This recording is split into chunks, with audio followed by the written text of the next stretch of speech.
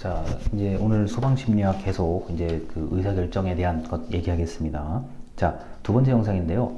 그 직전 영상에서 잠깐 말씀을 드렸습니다. 지금부터 설명드릴 모형, 정책 결정에 관련된 여러 가지 모형들은 이게 일상에서 상당히 잘 드러나는 모형들도 있어요. 그런데 우리가 그냥 그걸 지나쳐 버렸기 때문에 모르는 일들이 좀 많고요. 그래서 예시를 좀 제가 잘 들어드릴게요. 자, 우리가 이제 의사 결정을 할 때, 정책 결정, 무언가를 결정을 할 때, 자, 사람들은 뭐 크게 두 가지의 이제 그 관점에서 얘기를 하죠. 이것은 뭐뭐뭐 해야만 한다. 이것은 하면 안 된다. 자, 규범적 이상적인 접근 방법, 이른바 당위성이라 그러죠. 사람이니까 우리 정부는 뭐뭐뭐 해야만 한다. 뭐뭐뭐 해야만 한다. 이게 이제 당위적인 결정을 한 거고요. 자, 현실적인 실증적 접근법이라고 나와 있습니다. 이건 있는 그대로에 대한 얘기죠. 자, 현재 주어진 상황이 이런데 어떻게 할 것인가? 이 상황을 근거로, 사실을 근거로, 자, 있는 그대로의 어떤 현상을 근거로 결정을 하게 된다는 얘기가 있죠. 근데 제가 공부를 조금 더 해보니까 이 두 개가 굉장히 같이 많이 이렇게 잘 섞여요. 잘 섞여서 가는 그런 게 있다는 거고. 자, 그럼 첫 번째 이제 모형에 대해서 말씀을 드릴게요. 이게 합리 모형인데요. 자, 합리 모형은 여러분이 지금 당장 이 시간에 공무원이 됐다고 생각하면 딱 돼요. 자, 최대한 목표를 어떻게 하면 잘 달성할 수 있는 방법이 무엇일까? 그러니까 최선의 대안을 찾고 결정하는 방법들이 바로 합리 모형의 개념입니다. 자, 합리 모형 이런 거예요. 투입 대비 산출이라 그러죠. 나는 최소로 투입을 해서 최대의 산출을 얻어낼 거야 라는 개념을 가지고 있는 게 합리 모형입니다. 자, 그렇다 보니까 어떻게 돼요? 상당히 기계적이고 논리적이고 분석적이죠. 자, 더 좀 난 머릿속에 안 떠오른다 그러면은 이게 옛날 공장 같은 거 생각해 보시면 돼요. 자, 재료를 얼마나 투입하고 사람을 얼마나 투입하고 돈을 얼마나 투입했을 때 과연 최상의 품질, 최상의 제품이 나올 것인가? 여기에 관련된 결정이라고 생각하시면 됩니다. 그래서 이 합리 모형은 상당히 논리적이고 체계적인 결정이라고 보시면 되고요. 여러분들이 그런데 아마 나중에 일을 하시게 될 때, 자, 공무원이든 뭐든 일을 하시게 될 때, 직장에서 이 합리 모형과 같은 사고방식을 가지고 결정하는 경우가 의외로 많습니다. 자, 그게 과연 될까? 그 정도 투입해서 되겠어? 더 많이 해야 되는 거 아니야? 더 적게 해야 되는 거 아니야? 정말 그게 최선의 결과야? 이런 거요.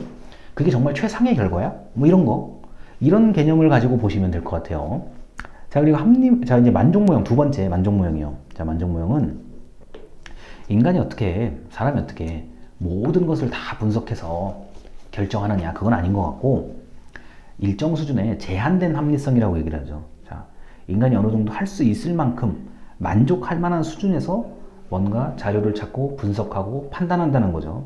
그래서 이 만족 모형은 이름 그대로 만족할 만한 수준에서 결정한다. 근데 이게, 자, 제가 만족한다는 수준과 여러분이 만족한다는 수준은 상당히 다를 수 있다고요. 요새 이제 아무래도 출결 인정 과제를 매주 내다 보니까 여러분들이 굉장히 짜증이 많이 나실 텐데, 자, 이런 경우가 있어요. 저는 그 과제에 대해서 만족도를 별로 안 느끼려고 하는 사람입니다. 자, 김 학생은 그냥 단어 저 잘 봤습니다 이렇게 쓰시는 분도 계세요. 좀 만족해요. 충분히 만족하는 거고, 어떤 분들은 제 강의를 마치 요약 정리하듯이 해서 좀 잘 써주신 분도 계세요. 만족해요. 저는 어떤 수준에서, 적당한 수준에서 그냥 만족하는 거, 이게 만족이라고 저는 생각을 하는데, 제가 아닌 다른 교수님이 만약에 과목을 강의하신다 그러면은 만족의 수준이 다를 수 있죠. 자, 그래서 결정하는 사람이 이 만족할 만한 수준이 뭔지를 이거를 정확하게 표현하기가 어려워요. 자, 이게 좀 단점이긴 한데, 자, 인간은 제한된 합리성 안에서 의사결정을 한다. 이게 굉장히 좋은 말입니다.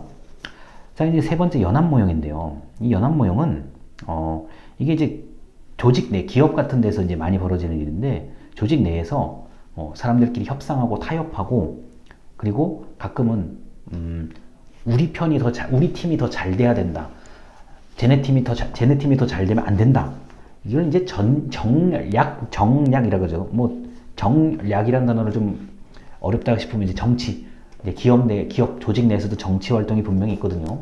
우리 편, 그러니까 내 편, 네 편 이거 생각하면 돼요. 정말 모르겠다 싶으면은 우리 팀이 더 잘해야지. 이번에 쟤네 팀이 더 잘 되면 안 돼. 이런 거요. 엄연히 있습니다.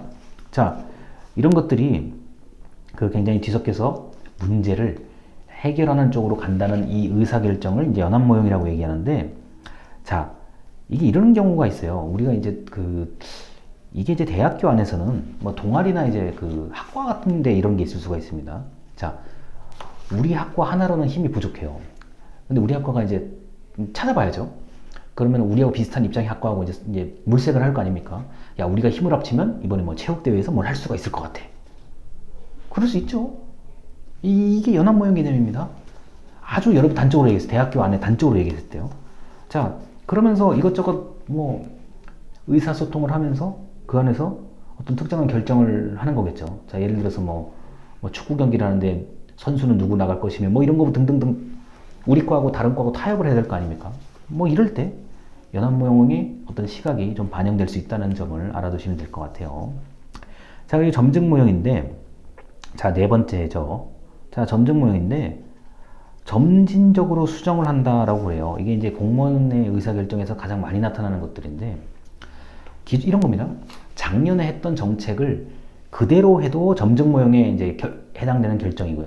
그대로 해도 작년 거에 준해서 결정을 하는 겁니다. 플러스 마이너스 해서 결정하는 게 이제 점증모형의 사고방식인데, 이 점증모형의 사고방식이 이 공무원 의 의사결정에서 가장 많이 드러나요. 왜냐면은 작년에 했던 거를 갑자기 올해 특별한 이유도 없는데 없앨 수가 없잖아요. 그래서 작년의 것을 준해서 결정하게 되는 이런 상황들, 그리고 약간의 플러스 마이너스 감은 있습니다. 점증모형이 그 공공기관 조직에서 많이 나타나는 거. 자, 그래서 여기 계신 분들이 공공기관에 가시게 되면 이렇게 일을 처리하시면 좋아요. 여러분이 공공기관을 뭐 책상에 앉았어요. 책상 안에 있는 컴퓨터 안에 있는 파일을 그리고 폴더를 다 열어보세요. 그러면은 이 책상에 앉아서 근무를 했던 사람의 어떤 문서 양식 같은 걸 다 볼 수 있을 거란 말이에요. 자, 문서 양식 같은 거를 다 열어보세요. 만약에 뭐 눈 아프다 그러면 출력해서 보셔도 돼요. 그리고 폴더나 파일을 다 열어보시고, 자, 여러분이 맡은 업무에 관련된 뭐 분명히 아마 사무실에 뭐 종이 이렇게 문서가 이렇게 잘 꽂혀 있을 겁니다. 또는 책자가 꽂혀 있을 거예요. 그런 것들을 잘 보세요. 작년에 어떻게 했나? 자, 지금 뭐 2020년인데요. 2019년도에는 어떻게 했나? 2017년도, 18년도에 어떻게 했나? 이런 것들을 잘 보시면, 자, 지금 내가 처리해야 될 업무의 성격이 무엇인지를 잘 알 수가 있죠.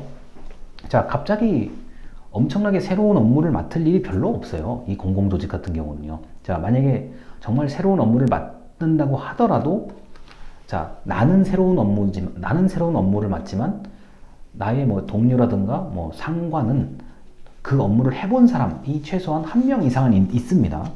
자, 그렇기 때문에, 자, 그렇게 업무를 해본 사람 입장에서는 어떻게 생각해요? 아, 이 일은 뭐 작년에 어떤 일을 잘 본따서 하면 돼.